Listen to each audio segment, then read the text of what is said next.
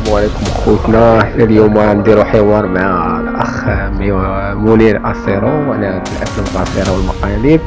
غنشوفوا شحال تيدخل في اليوتيوب وشحال تي الاعمال الجديده ديالو. السلام عليكم، بخير نحييكم معكم مزيان. اليوم استضفنا الاخ ابراهيم شي اسئله ومرحبا. انا هو يسول وغادي يجاوبه بكل صراحه. وقتاش بديتي هاد القناه منير اسيرو؟ القناه اخي ابراهيم بديتها في 2020 في اليوتيوب، والحمد لله كانت الفكره جاتنا لواحد الصديق ديالي ابراهيم في الطوموبيل. جاتنا فكره هكا بزاف عندها هكا من الصبا، شفنا الناس كيديروا افلام قصيره قلنا علاش ما نديروش افلام قصيره. كاين شي سؤال اخي ابراهيم فين؟ واش التسميه جات من اسيرو وتكازا ولا جات على الصدفه؟ لا ما جات منه، لكن هاد التسميه جات من طرف المحبين ديالي كلهم قال لي منير اسيرو هادي زينه بزاف. هذاك الشيء تفكركم بزاف لافان ديالي بيزو.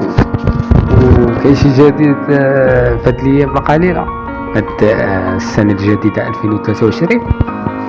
السنه هذيك كنا حطينا واحد الفيلم، ولكن بالنسبه للتفاعل طاح بزاف.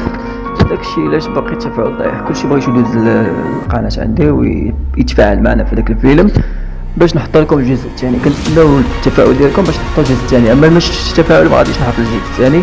وكنبغيكم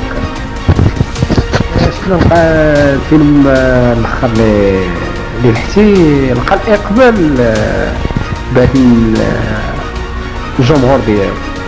واش مازال تزيد تكمل ولا حيت شتي التفاعل هبط بغيتي توقف؟ واش هادشي اللي سمعنا بصح ولا كذب؟